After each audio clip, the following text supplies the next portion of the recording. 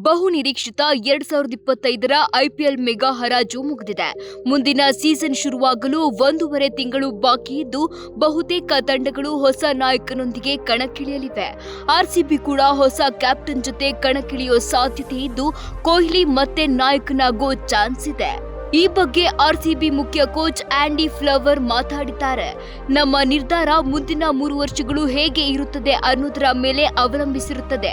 ನಾಯಕತ್ವದ ಬಗ್ಗೆ ಇನ್ನೂ ನಿರ್ಧಾರ ಆಗಿಲ್ಲ. ಅಲ್ಲಿಯವರೆಗೂ ಎಲ್ಲರೂ ಕಾಯಲೇಬೇಕು ಎಂದಿದ್ದಾರೆ.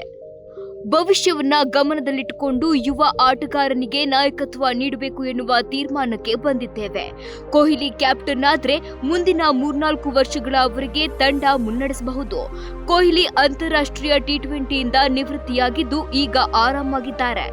ಇವರು ಒಪ್ಪಿದ್ರೆ ಮಾತ್ರ ಕ್ಯಾಪ್ಟನ್ಸಿ ನೀಡುತ್ತೇವೆ ಎಂದಿದ್ದಾರೆ ಆಂಡಿ ಫ್ಲವರ್. ಒಂದು ವೇಳೆ ಕೊಹ್ಲಿ ಕ್ಯಾಪ್ಟನ್ ಆಗಲು ಒಪ್ಪದಿದ್ರೆ ಯಾರಿಗೆ ಮಣೆ ಹಾಕಬೇಕು ಅಂತ ಕಮೆಂಟ್ ಮಾಡಿ.